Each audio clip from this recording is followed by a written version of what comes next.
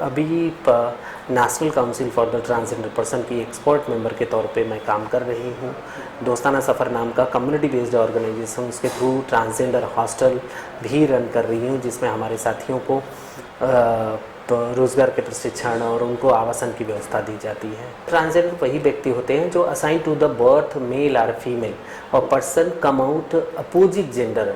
अगर कोई व्यक्ति पुरुष व्यक्ति शरीर से पैदा हुए हैं जो सोशली आइडेंटिफाई किया जाता है सामाजिक तौर पर, वो अगर अपने आप को कहते हैं कि मैं महिला हूँ और मुझे महिला जैसे रहना और महिला जैसे जीवन यापन करना है, तो हम उन्हें महिला मानती हैं। और ये सुप्रीम कोर्ट का जजमेंट है और भारत सरकार का ट्रांसजेंडर प्रोटेक्शन राइट एक्ट है, जिसके जरिए उसको संरक्षित किया जाता है। मुझे चाहिए वह पहचान जो तुमसे पूछी ना जाती हो कि तुम आदमी हो या औरत।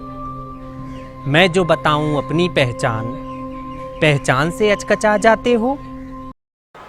आज बुलेटिन ऑफ बिहार में बात करेंगे एक खास शख्सियत से। रेशमा प्रसाद एक सोशल वर्कर हैं, सोशल एक्टिविस्ट हैं, ट्रांसजेंडर एक्टिविस्ट हैं, पटना नगर निगम की ब्रांड एम्बेसडर भी हैं, आईएएस लोगों को ट्रेनिंग भी देती हैं। रेशमा जी, आपका बहुत बहुत धन्यवाद हमारे चैनल में आने के लिए। सबसे पहले तो जी नमस्ते, धन्यवाद। Thank you. शुरुआत करते हैं रेशमा जी। आपको पूरा बिहार तो जानता ही है, इंडिया के कई राज्यों में भी मेरे से लोगों ने कांटेक्ट किया था कि आपका मैं इंटरव्यू लेने जा रहा हूं, तो वो भी काफ़ी ब्लेसिंग दे रहे थे आपको, और यह भी जानना चाह रहे थे कि बचपन से आपकी शुरुआत कैसे हुई। बचपन में आपने जहाँ पर जन्म लिया वहाँ भी बहुत सारे डिस्क्रिमिनेशन होंगे, तो शुरुआत वहीं से करते हैं। रेशमा जी, सफ़र कैसे स्टार्ट हुआ? सफ़र तो क्या कह सकती हूँ, एक आम व्यक्ति की तरह ही मैं भी रहती थी और अपनी ज़िंदगी को जीने का प्रयास कर रही थी। लेकिन हमारे आसपास ट्रांसजेंडर और सेक्सुअल माइनॉरिटीज़ व्यक्तियों के प्रति बहुत भेदभाव मौजूद है, तो इसलिए मुश्किलें थी। हमारे साथ भी ऐसी कोई नई बात नहीं थी। लेकिन मैं एक ऑर्गेनाइजेशन के कार्यक्रम में गई थी, वहाँ पे वो मोबिलाइज़ कर रहे थे कि किस तरीके से कम्युनिटी एक्टिविज़म हो सकता है और वहाँ पे कैसे बदलाव के लिए काम किए जा सकते हैं और जिसको स्थापित किया जा सकता है, इस्टेब्लिश किया जाता है। तो मैं वहाँ पे गई थी रुमाल बांध करके, लेकिन मैं वहाँ से आई तो हमने रुमाल खोल दिया था और अपने काम के लिए अग्रसर हो रही थी। तो जो भेदभाव मौजूद था, जो हमारे सभी साथियों को मुश्किलों का सामना करना पड़ता था, वो हमें भी करना पड़ता था। तो ये इस पे बहुत सारी स्टोरीज़, डॉक्यूमेंट्रीज़ बन चुकी हैं, लोगों को बताया जा चुका है कि ट्रांसजेंडर लोगों को अपने घरों में ही सबसे पहले स्थितियाँ गैर माकूल होती हैं। तो ये कैसे होता है कि कैसे ये समाज में ये पहचान को लेकर के लोगों के अंदर में इतना भेदभाव मौजूद हो जाता है, ये कैसे बदलाव होगा, कि इस पर क्या करना चाहिए, इसके लिए हमने प्रयास किया। और आज अभी national council for the transgender person की एक्सपर्ट मेंबर के तौर पे मैं काम कर रही हूँ। दोस्ताना सफ़र नाम का कम्युनिटी बेस्ड ऑर्गेनाइजेशन, उसके थ्रू ट्रांसजेंडर हॉस्टल भी रन कर रही हूँ, जिसमें हमारे साथियों को रोज़गार के प्रशिक्षण और उनको आवासन की व्यवस्था दी जाती है। मैम, आइडेंटिटी पर आपने काफ़ी बातचीत की है। लोग रूबरू होना चाहते हैं कि क्या भाव रखती हैं आप आइडेंटिटी पे और क्या थॉट्स है आपके? आइडेंटिटी तो आइडेंटिटी होती है, हर एक व्यक्ति की अपनी पहचान होती है। लेकिन जेंडर आइडेंटिटी बेस्ड आइडेंटिटी को लेकर के जो डिस्क्रिमिनेशन मौजूद है, उसको ब्रेक करने के लिए सरकारें किस तरीके से काम कर सकती हैं, इसके लिए पहचान पत्र आवश्यक है और पहचान के बारे में जानकारी आवश्यक है। तो पहली बात, ट्रांसजेंडर हैं कौन? तो ट्रांसजेंडर वही व्यक्ति होते हैं जो assign to the birth male और फीमेल और person come out opposite gender. अगर कोई व्यक्ति पुरुष व्यक्ति शरीर से पैदा हुए हैं जो सोशली आइडेंटिफाई किया जाता है सामाजिक तौर पर, वो अगर अपने आप को कहते हैं कि मैं महिला हूँ और मुझे महिला जैसे रहना और महिला जैसे जीवन यापन करना है, तो हम उन्हें महिला मानती हैं। और ये सुप्रीम कोर्ट का जजमेंट है और भारत सरकार का ट्रांसजेंडर प्रोटेक्शन राइट एक्ट है, जिसके जरिए उसको संरक्षित किया जाता है। तो अगर कोई महिला शरीर के व्यक्ति हैं और वो पुरुष होकर के सामने आते हैं और कहते हैं कि मैं एक पुरुष व्यक्ति हूँ, तो उसी तरीके से उनको प्रोनाउन करना, प्रोनाउंसिएशन के उनको प्रोनाउन के बारे में पूछा जाए, बात किया जाए और उसी तरीके से उनको पहचान को स्वीकारा जाए। यही सबसे मूल बात है। आइडेंटिटी जो जेंडर आइडेंटिटी बेस है और सेक्सुअलिटी को लेकर के जो मिथ होती है, वो धारणाएं जो बनी रहती हैं, उसको ब्रेक करने के लिए ज़्यादातर बात करती हूँ। ट्रांसजेंडर व्यक्तियों के बारे में एक ही कल्चरल और सोशल जो आइडेंटिटी है, उससे आगे लोग नहीं बढ़ पाते हैं। कल्चरल सोशल आइडेंटिटी के अलावा लाखों की संख्या में लोग अपने आप को ऐसे रखते हैं कि दुनिया उनको समझ नहीं पाए कि वो ट्रांसजेंडर व्यक्ति हैं, क्योंकि ये मन से भाव आता है। इसमें कहीं कोई शरीर की संरचना का भाव नहीं रहता है। शरीर की संरचना तो अपने स्थितियों के अनुसार लोग परिवर्तित करते हैं या नहीं परिवर्तित करते हैं, ये उनके ऊपर डिपेंड करता है। लेकिन ट्रांसजेंडर जो व्यक्ति हैं, वो क्यों ऐसा हो जाता है कि उनको लोग टारगेट करते हैं, उनको उसी तरीके से सेक्सुअली टॉय के रूप में जानते हैं, या उनको लगता है कि ये ऐसा समाज का खिलौना है जिसे हम कभी भी मजाक उड़ा सकते हैं, पीट सकते हैं, उनके साथ बहुत बुरे बर्ताव कर सकते हैं, और ये खुलेआम होता है। इसको सामाजिक तौर पर बहुत ज़्यादा स्वीकार्य है। ये बहुत गलत है। ट्रांसजेंडर कोई आसमान से नहीं आती हैं, वो अपनी माँ बाप के पेट से ही आती हैं, जैसे आप माँ बाप के पेट से आते हैं। तो आइडेंटिटी को लेकर के समझ रखना आवश्यक है, क्योंकि इस आइडेंटिटी की समझ अगर आप नहीं रखते हैं तो आपके लिए खुद स्वयं के लिए या अपने आसपास में ऐसे किसी व्यक्तियों के लिए आप ऐसा छोड़ देते हैं कि उनकी ज़िंदगी मर मर के जिए और उनके लिए कोई दायरा नहीं रहे। 2014 में सुप्रीम कोर्ट का जो जजमेंट था आपके ट्रांसजेंडर आइडेंटिटी के बारे में, उसके बाद स्थितियाँ कुछ बदली भी, इसमें आप क्या विचार रखती हैं? हाँ, निश्चित तौर पे बदलाव तो आ ही रहा है। किसी भी क्षेत्र में अगर आप काम करेंगे तो ऊंचाइयों को जरूर प्राप्त करेंगे, और इसीलिए काम हमारे साथियों ने किया है, हमने किया है। पूरे भारत में इसके लिए प्रयास हुए हैं, हर राज्यों में प्रयास हुए हैं। अब तो जिलों तक भी लोग पहुंचने लगे हैं और जिलों में भी बात कर रहे हैं और उसको लेकर के पहुंचा रहे हैं। तो नालसा जजमेंट तो एक बहुत बड़ा टर्न था, मतलब ऐसा टर्न था, मोड़ था, जो सारी हवाओं को बदल दिया और हवाएं अब हमारे लिए माकूल हो रही हैं। लेकिन जब तक हम परिवारों में पहुंच करके इस भेदभाव को खत्म नहीं कर पाएंगी, तब तक इसको चाहे सुप्रीम कोर्ट के जजमेंट के अनुसार या ट्रांसजेंडर प्रोटेक्शन राइट के 2019 के अनुसार प्राप्त नहीं कर पाएंगी। इसके लिए परिवार जितने ही संवेदित होंगे, उतने ही हमारे जैसे लोग अपने घरों में सुरक्षित होंगे। दर्शकों को मैं बता दूं, 2014 में जो सुप्रीम कोर्ट का जजमेंट आया था, वो जजमेंट यह था कि अब मेन और फीमेल के अलावा अब जेंडर में ट्रांसजेंडर भी लिखा जाएगा। तो एक बहुत बड़ा, इसको एक रेवोल्यूशन भी रेशमा जी बोल सकते हैं, एक शुरुआत है। निश्चित तौर पे क्रांति है, और जो जजमेंट आया वो क्रांतिकारी जजमेंट है। हमने कहा एक मोड़, वो मोड़ ऐसा एक क्रांतिकारी मोड़ है जिससे लोगों के जीवन में बदलाव आ रहे हैं। वो लोग भी सोच रहे हैं और समाज भी सोचना शुरू कर दिया है। लेकिन आम जनमानस में कैसे एक एक व्यक्ति के पास ये बातें पहुंच पाएंगी, इसके लिए नालसा जजमेंट ने एक रास्ता दिया है। और जब स्कीम और योजनाएं बन रही हैं, उस पर सरकार काम करने के लिए अग्रसर हो रही है, तो निश्चित तौर पे हमें आशा है और हम आशावादी व्यक्ति हैं कि हम इसको बदल पाएंगी जब अगर हम इस पे काम करेंगे। जी, 2018 में भी एक जजमेंट आया कि मतलब एक फ्रीडम दी गई कि सेक्सुअल आप बाइसेक्सुअल हो, फिर भी आप रिलेशन रख सकते हैं। 2018 का इम्पैक्ट कैसा था? 2018 का जजमेंट सिर्फ एक व्यक्ति के लिए नहीं था, सभी व्यक्तियों के लिए था, या उनकी आइडेंटिटी आइडेंटिफाइड है या नहीं है उससे मतलब नहीं है। एक आईपीसी था 377 जो अभी भी मौजूद है, जिसमें ये था कि आप अगर कंसेंट के साथ में भी अगर सेक्स करते हैं तो उन्हें अगर ऐसा लगेगा कि ये रिप्रोडक्टिव प्रजननकारी सेक्स नहीं है जिसमें उत्पादन होता हो, तो उसके आधार पर वो पकड़ लेते। जैसे कि अगर महिला पुरुष भी चुंबन करते हैं तो भी उस पर ये आदेश लागू था, ये आईपीसी लागू थी। तो इसलिए ये बदलाव जो हुए हैं वो कंसेंट के आधार पर उनकी सेक्सुअलिटी को लेकर के भी है और हर एक की सेक्सुअलिटी को लेकर के है कि आप सेक्स में किस किस तरीके से सेक्स करना चाहते हैं। उसमें अगर कंसेंट है तो उस सेक्स को स्वीकारा जाएगा और उस पर कोई कानूनी कार्रवाई नहीं की जाएगी। जी।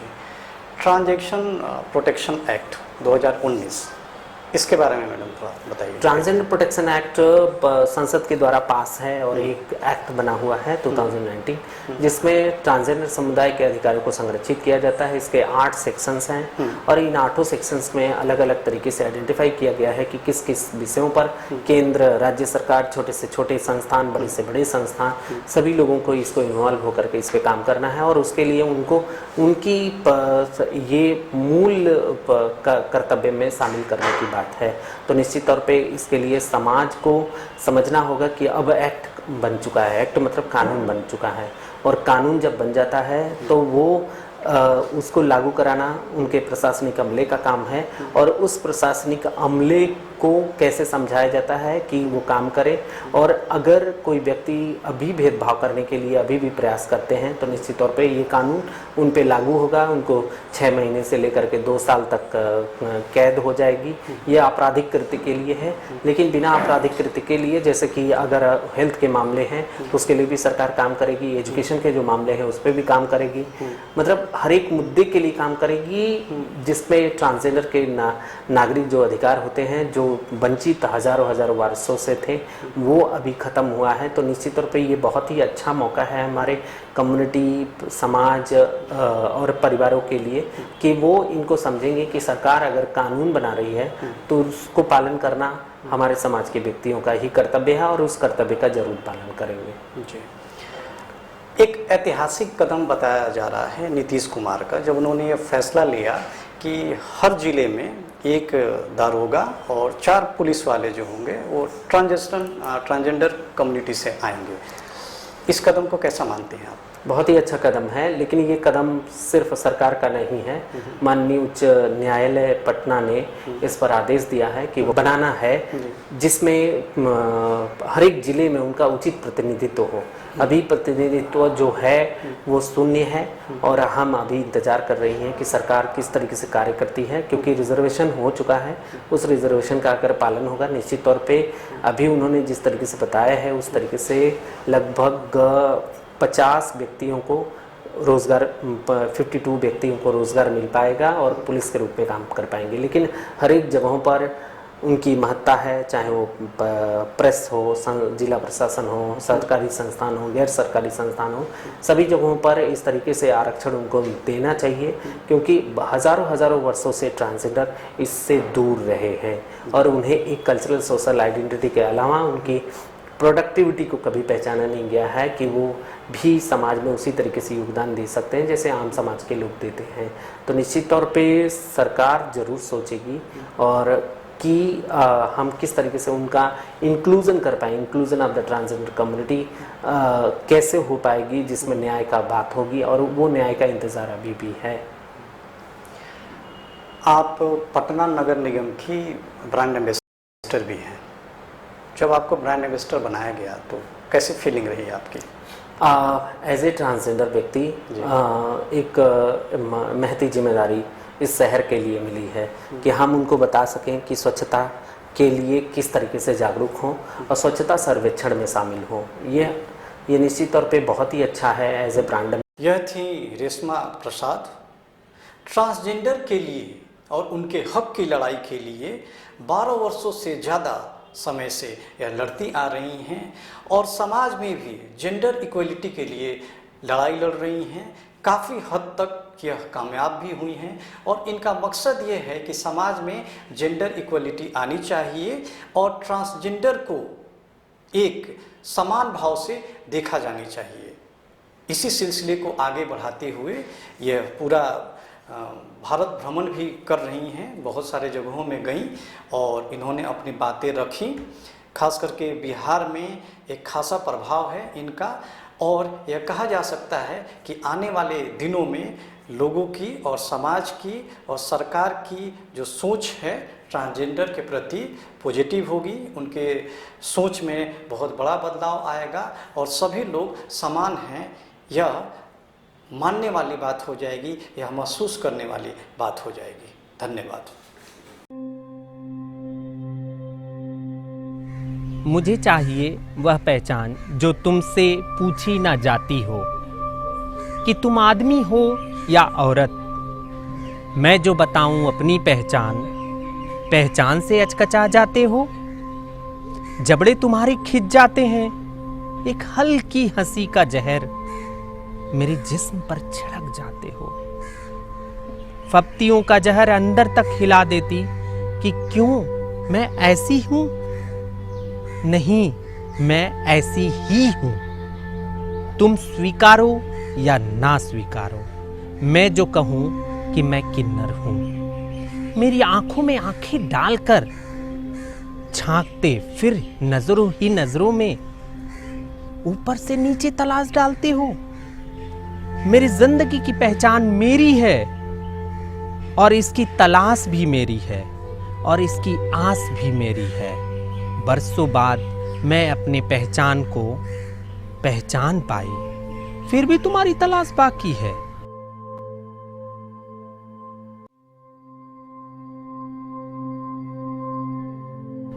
मैं कौन हूं मैं जानती हूं। क्या बताना मुझे अब भी बाकी है। मेरे चेहरे की बनावट को देखा, मेरे हाथों की बनावट को देखा, बदन के एक एक कोने को झांका। कल्पना की चाहत से मैं हूं, आज पूरी होना चाहती हूं। मैं अधूरी ही सही, मुझे पूरा होना है। मैं जो हूं वही सही, मुझे पूरी होना है। पटना की दर बदर गलियों, गलियों की खाक छानती मेरे दिल की कपकपाहट अंदर से हिला देती, रुला देती। आदमी तो आदमी ठहरा, औरत भी फप्तियों के जहर से भिंगा देती। मैं सोचती मेरी माँ भी तो एक औरत है। क्या माँ ने भी हंसा होगा जब उस दर्द को सहा होगा जो हर एक माँ ने सहा होगा। नहीं, मेरी माँ के दर्द से कोई दर्द न बड़ा होगा। मेरे पैदाइश को बजी बधाइयाँ यह ना सोच करके कि मैं एक अधूरी कहानी हूं। मैं अपनी माँ के सामने आऊंगी, पत्थर फट जाएगा, दिल रोज आएगा। उसने राज दुलारा कहकर पुकारा, मगर मैंने दुलार को दुत्कारा और पहचान को स्वीकारा। मैं किन्नर हूँ, मैं ट्रांसजेंडर हूँ, मैं हिजड़ा हूँ, मैं हूँ वो अधूरी कहानी, मैं किन्नर हूँ।